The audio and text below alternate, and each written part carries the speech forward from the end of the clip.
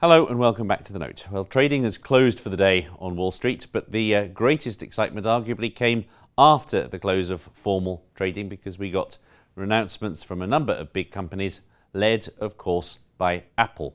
Almost always a big market event. Now, those results were, by any fair criterion, remarkable. Sales and earnings up more than 20 and 30% respectively.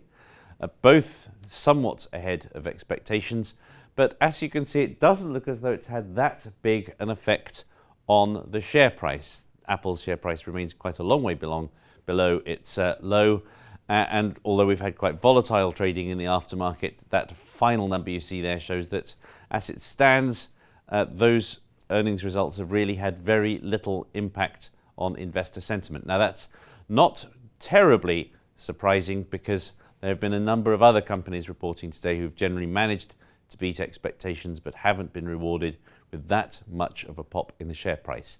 Now, there are two broad reasons why stocks, both here and in Europe and the rest of the world, are heading down slightly at the moment.